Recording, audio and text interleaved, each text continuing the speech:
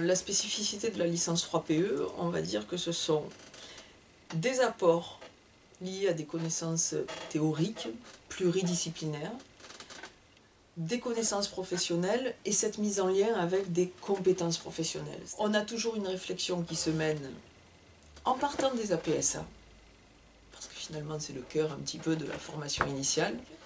Il y a une grande quantité de stages, un grand volume horaire de stages dans des contextes différents. Je disais tout à l'heure qu'on essayait de voir des publics différents, donc on propose toute l'année en licence 3PE un stage qui se déroule à proximité de la faculté, un stage qui se déroule en REP+, en zone d'éducation prioritaire. Donc troisième type de stage que l'on a voulu mettre en place, c'est faire découvrir aux étudiants en fin d'année, dans le cadre d'un enseignement libre, un autre milieu professionnel. Alors, éducation et motricité, parcours professeur des collèges et lycées.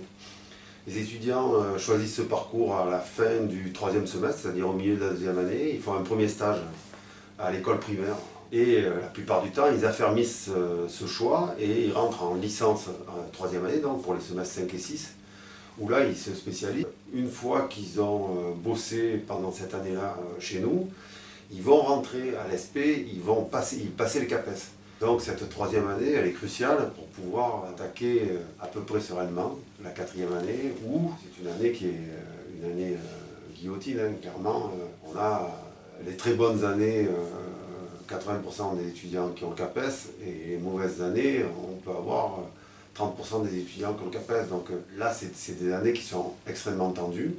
Alors parlons un petit peu effectivement de la licence 3PE et qui entre en licence 3PE. Les étudiants arrivent soit de licence 2, filière éducation et motricité en semestre 4, ou pas d'ailleurs, puisqu'on accueille aussi des étudiants qui auraient fait peut-être une autre filière en licence 2. Et on accueille également des étudiants qui arrivent d'autres horizons. Je veux dire que de la fac de lettres, de la fac de sciences, ou voilà, un autre parcours. Ce n'est pas automatique, c'est sur dossier. Les étudiants vont ensuite dans l'école supérieure du professorat et de l'éducation, en SP, inscription en master M2EF, métier d'enseignement de l'éducation et de la formation première année, et passent le concours, le CRPE, le concours de recrutement de professeurs des écoles, dans l'année de master 1. Le master 1, généralement, ne pose pas de problème à nos étudiants.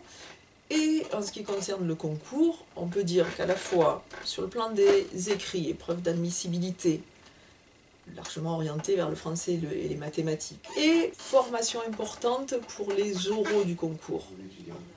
Les étudiants de la filière PCL, il faut qu'ils aient 2 espaces intimes particuliers. Le premier, c'est une envie claire de travailler avec des enfants et des adolescents. C'est pas donné à tout le monde, c'est très dur.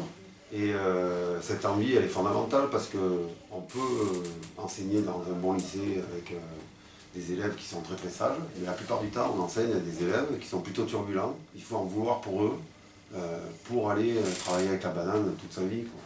La seconde appétence fondamentale aussi, c'est celle du sport. C'est-à-dire que l'enseignement du sport, c'est particulier. Enfin, c'est quelque chose qui existe dans le collège et dans le lycée, et qui va dépasser largement le collège et le lycée. J'ai toujours rencontré des étudiants très motivés. Alors l'important, c'est de leur donner d'emblée un petit peu les attentes de cette licence 3PE. Parce que ce qui est dit, c'est qu'il y a beaucoup de travail, que les étudiants savent qu'ils vont avoir un public particulier.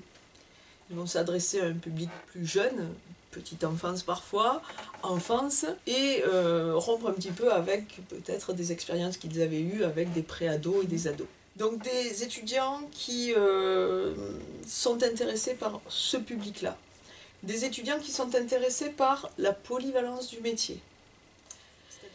Un projet de qualité, un projet qui effectivement permet de mieux faire connaître nos filières avec toutes leurs particularités et dans toutes les dimensions. Donc ça, on ne peut que souligner à la fois cette perspective qui est proposée par des étudiantes qui sont volontaires, motivées, et je pense que effectivement ce sera porteur pour l'ensemble des filières et pour la faculté des sciences du sport. Alors merci à vous deux.